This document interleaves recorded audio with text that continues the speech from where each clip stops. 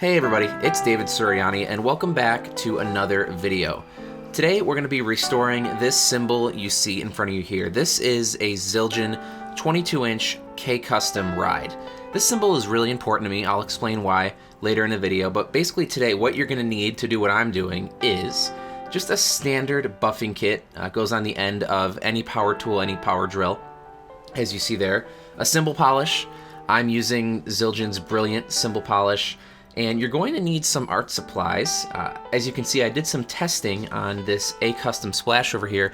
You might be wondering why. And basically what I'm going to do is strip this cymbal of all logos, polish the crap out of it, make it look really good again, and restore it to its original form, or as close as I can get it. Here's a look at the back of it, right? You can see the dirt, the oil, the pitting, just the discoloration in the back of the cymbal. It's just not very pretty. Now, believe me, I am all for how the cymbal sounds over how it looks, but I do like to have a clean look to my drums, and I'm just really obsessed with that Carter Beauford Under the Table and Drumming video, where his cymbals just are so shiny and brilliant and just awesome looking. So here we are in the basement with my pal Andy.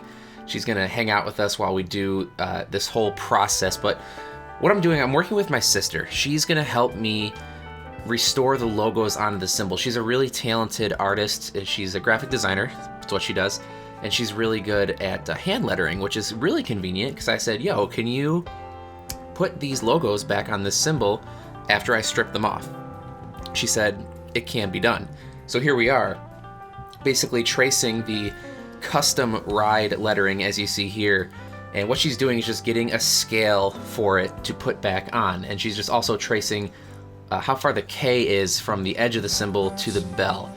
Now, you'll see how she puts those on later. Right now we're gonna hop to me polishing this cymbal, and I'm very generous with how much polish I apply to the actual cymbal.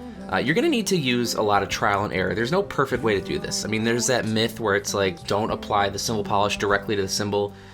I don't get too caught up in that stuff. I mean, if you're trying not to strip your logos and you're just trying to just get rid of some stick marks and some fingerprints, sure, I would say put a little dab on a nice clean towel and rub away, and then, you know, remove the polish from the cymbal. But for what I'm doing here, I mean, I'm trying to get this thing down to the bone, essentially. Like, I want it to be down to the original shine, that brilliant finish, and get all the dirt off, all the logos and everything like that, because I'm actually moving the orientation of the logos, because the weight of this cymbal happens to put the K right where my stick hits, which eventually would strip that logo again. So I'm actually going to move them. But you can see I'm just applying the polish right to the cymbal, pushing hard. I found, just up front, I found that if you push hard with your arm, just using some elbow grease, some muscle, and pushing as hard as you can, pulling up as much dirt from the cymbal, that towel should be basically black.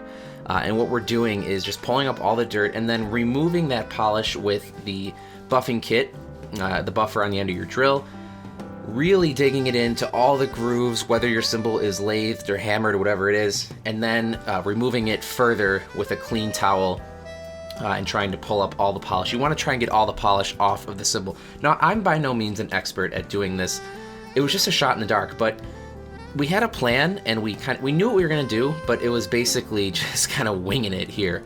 But we're onto the front, and you can see just very, very liberal with how much I'm putting on, and trying to just remove the dirt. And here's the story behind this, guys. I was talking about this in the beginning of the video.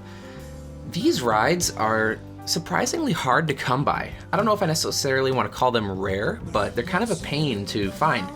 They still make the 20-inch K Custom Ride, but you don't really see 22-inch versions very often. I'm a huge fan of 22-inch rides. A lot of my rides, basically all of them, have always been 22 inches. I just like the way they sound. They feel a little bit better to me. They just have a little bit more presence, just a little bit more maturity in my playing as I've grown up, and I just like that larger ride. I'm not sure what it is. But you just don't find these, and I just think they're really gorgeous rides. They just have that nice, clean, glassy stick definition, but a little bit of that warm undertone that you want from a K. But it has that brilliant finish, which really brings out that glassy shimmer, as I said, which is not something you see in Ks. Normally Ks have that traditional finish, which I love, don't get me wrong. but I really wanted to find this ride, and I finally did.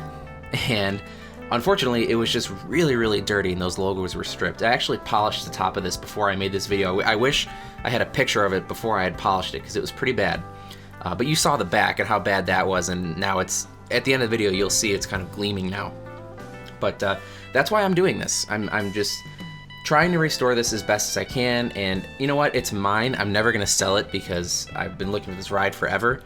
And if it's not exactly perfect when I get it back, that's okay, because it's mine and I'm doing this. I like doing projects like this, just like anyone would repair a saxophone or a guitar or whatever. I'm just fixing up an old ride cymbal. That's all I'm doing. So as you can see here, just putting on the smallest buffer that came in the kit and really like pushing with this one. You can see like I can get really close to the edge, which is always a hard spot to get when you're polishing a cymbal. So I was very happy that I can get super close to the edge with this, get that whole thing to be evenly cleaned, if you will, and then finally just removing all the polish, and the cymbal was pretty much done at that point. I was really pumped with how it came out. You could actually see your reflection in it like a mirror, which is pretty crazy. So, but we moved on now, and my sister's helped me out putting these logos back on. Now, I would recommend find someone you trust for this. I mean, that's an obvious point, but she is very talented with this, and she said she could do this, so I trusted her. Although I felt a little bit weird stripping the logos. I was like, like, okay, because I know, like, I don't know, you always never remove the logos when you do this stuff, but trusted her enough, so here we are. She's using some graphite paper, transfer paper, whatever it is, and she's pushing that tracing paper over it that she took earlier, if you remember, of that custom ride lettering. She's pushing that onto the cymbal, transferring the outline of it onto the cymbal, and then later what we do is we go over it with this like industrial Sharpie, if you will. It's like some special marker. We tried paint, and that actually chipped right off, and I was afraid with the vibration on the cymbal that it wouldn't work anyway, so we're going this route, and it seems to have worked. I've played the cymbal since I've made this video, and it still looks flawless, so I'm pretty happy with that. And now, as you see, she just removed the transfer paper from the cymbal, so she has a template to work with that she pressed down, and she's just filling it in with a really fancy Sharpie type fine tip marker. If you actually buy the Zildjian logo restoration kit, you basically get like a stencil kit with essentially a Sharpie in it. It's like very fine, thin ink, I think, that's going onto the cymbal, so it doesn't flake off, doesn't change the tone too much, and is just kind of minimal in its adhesiveness on the cymbal, if that's the right word.